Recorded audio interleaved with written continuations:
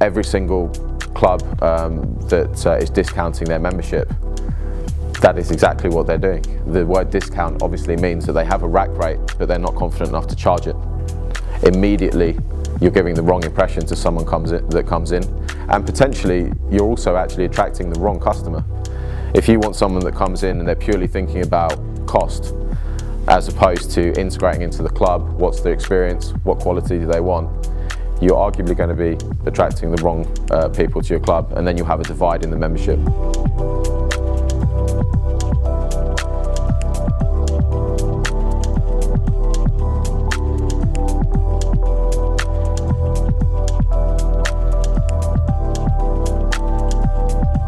The background that I have is very, very much geared towards membership, and membership is what I'm hoping to speak to you about today, with regards to retaining members and also making sure that you don't devalue your product. So this talk is Be Generous, the membership ethos, and the key aims of the session are to help you understand the key challenges with membership recruitment. It's also helping you understand how we maintain price and we don't discount in order to attract members, something that's becoming very popular, not just in my area in the golf industry, but nationwide. It's costing the industry a fortune. We need to explore the ways of being generous. How do current members that we have in the club, how do they play their part? How do we make them work for and with us as a club? And how do we recruit without making everything seem cheap? So, this illustration here, I think it's fairly self-explanatory. This is the downward spiral of doom, so a nice cheery thing for a Thursday afternoon. I think this illustration for me was the most relevant when we look at how the industry is treating membership recruitment. I'm not necessarily saying that some of your top clubs, absolutely they'll have huge waiting lists. Some of them you may be waiting 20 years to get into a top club. However, that's a very, very small percentage of a very, very large industry. In my area particularly, I know that we have in a 5-mile radius potentially 20 golf clubs. And I know that we are the only one currently that doesn't discount our membership. I think the provocation of thought that I'm looking for here is to ask, if 19 out of 20 golf clubs are giving a third of their membership price for free, how much just in that 5 miles has that cost over the last 10 years to our industry? Not necessarily to my golf club, although it does have an effect because obviously it makes our recruitment harder, but how much has it cost to the industry in general with our price reductions? If nobody had done that, my golf club would certainly be in a better position. And I would say in that 5-mile radius over the last 10 years, you're talking about millions and millions and millions of pounds that by having a generous membership recruitment ethos, we could have avoided. So we are really being victims to each other in that sense. I think yield is something that we need to look at, not just in membership. If we are worth what we're trying to charge, make sure that you are yielding correctly.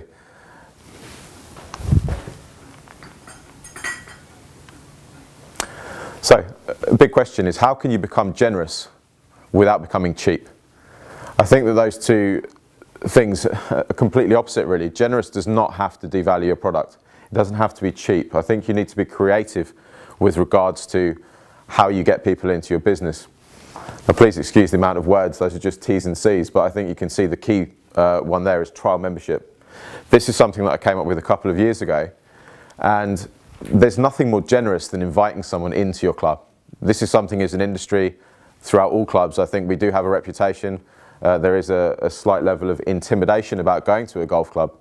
I think personally as a business, we need to be going out and bringing people to our businesses as opposed to putting up barriers.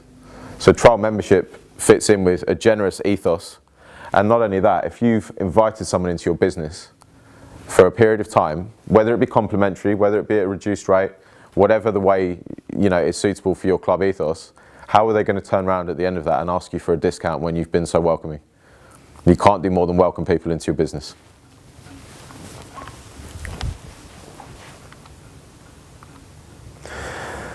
There's two predominant ways that we can look at getting people into the business. In initiating that conversation about coming in, whether it be for a free trial membership or a paid trial membership.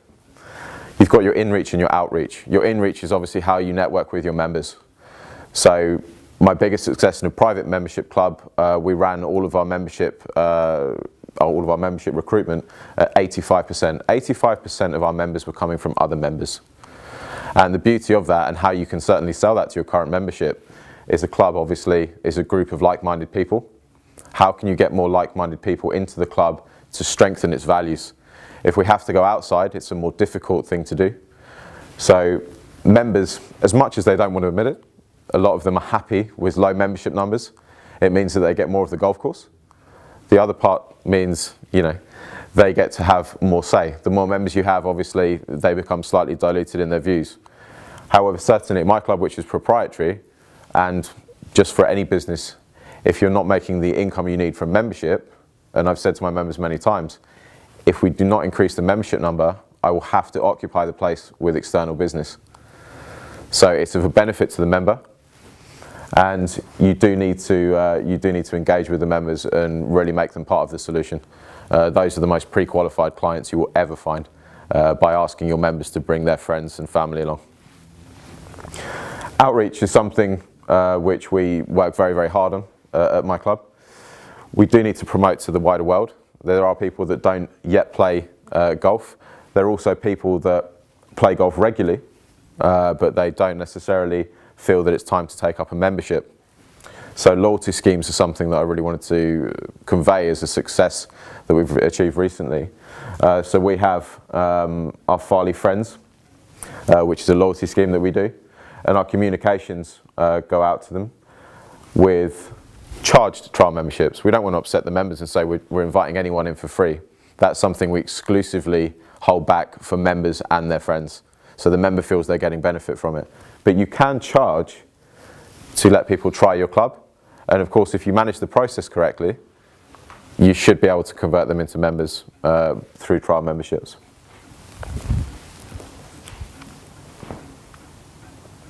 Social media.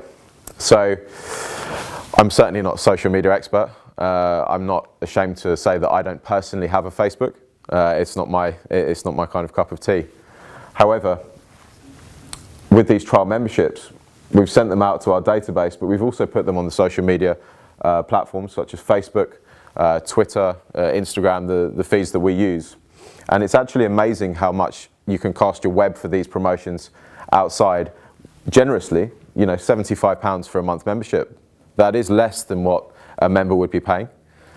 But you can cast that web, 395 people. That was in a very, very short space of time that we got to that. And by the end of that campaign, we'd already hit 1,000 people, because the people that viewed it initially shared that out. Because there's two options. One, you're going to come for your £75. You're going to get cheap green fees for a month. But they have to go through the process of speaking to your golf people, your sales advisors, etc. And more importantly, they will interact with your members as well. Those are your biggest tool to actually get them in. But two, they may genuinely have an interest in membership. Now, people these days, they're not willing to commit as easily. So if you're allowing them to come into your place, welcome them, and try it out, they're much more likely to take the plunge.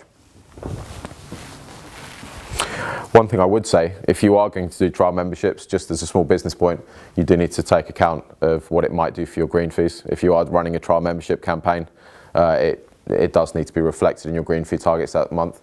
If you fill if you fill the club up with trial members, everyone knows the first month that you join a gym, you use it 15 times. The second month, you use it once. The third month, you don't use it at all. In a lot of cases, or maybe that's just me, but yeah. It will have a little bit of an impact on your green fee lines if you do that. I don't want to make it all about golf. I'm very conscious that this is the Club Managers Association of Europe. We have city clubs here, and we spoke earlier at great lengths about temperature, something that Greg Patterson's mentioned a lot. The temperature for the Caledonia Club, Travers Club, is very, very different from what I can do at my club. We have a proprietary club. We don't have hundreds of years of history that dictates what we're allowed to do. The question I would ask is, how can we use generosity and a great welcome to promote membership? I mean, if anyone has a full membership with a waiting list, I very much bow down to you, and feel free to check out now from what I'm saying. But I think by and large we can all do with more members, whether that's an open day, an open week, using your members and saying bring someone down and let them use the club for a week and see how they got on with it. It's a pretty low risk thing to do. Your friends aren't, the friends of your members aren't going to embarrass you, they're not going to abuse the club, so it can translate through from the golf industry into a city club. So reputation, it's the biggest thing that we work with. If you have a good reputation, your marketing is almost done already. If your reputation for a great golf course, wonderful clubhouse, history, a great welcome, good food, all of those things are absolutely essential.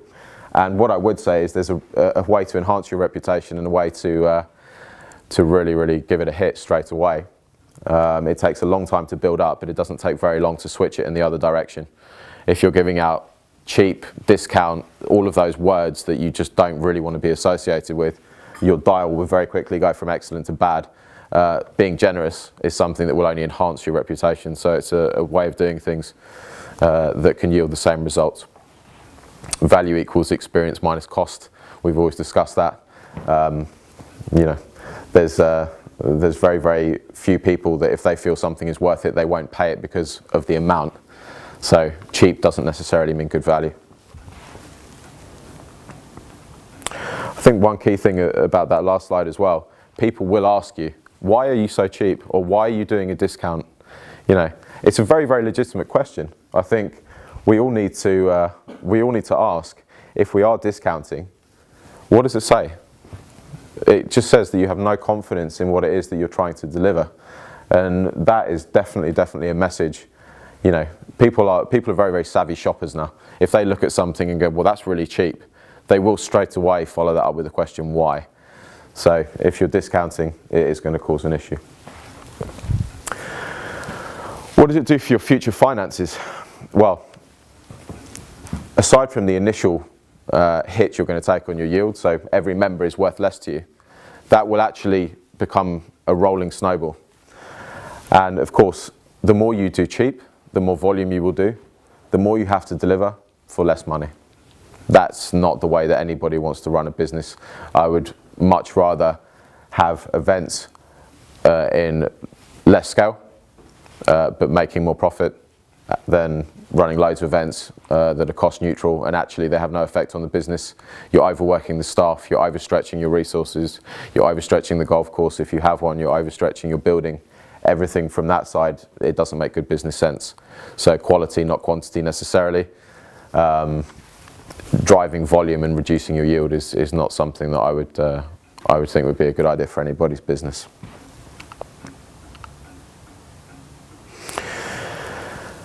Rack rates. I think rack rates is something that we need to look at.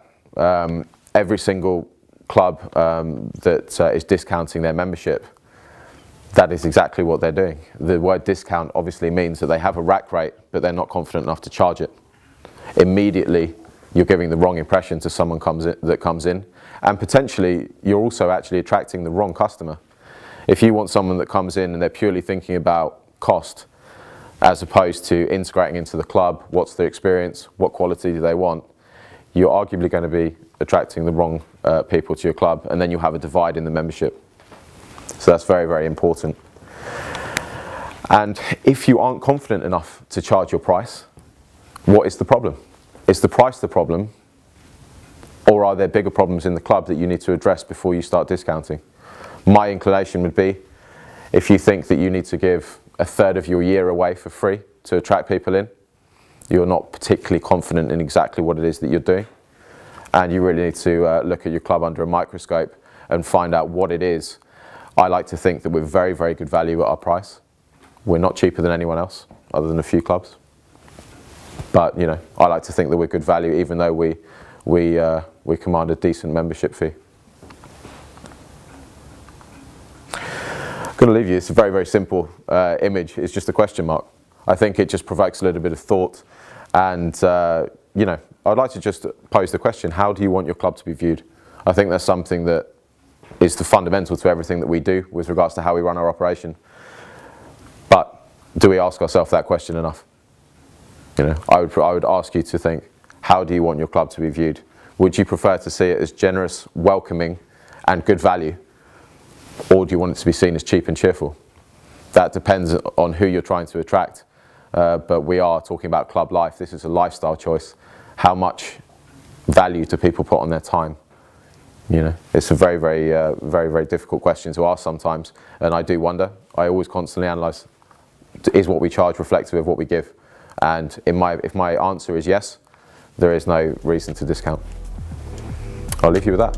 Thank you very much.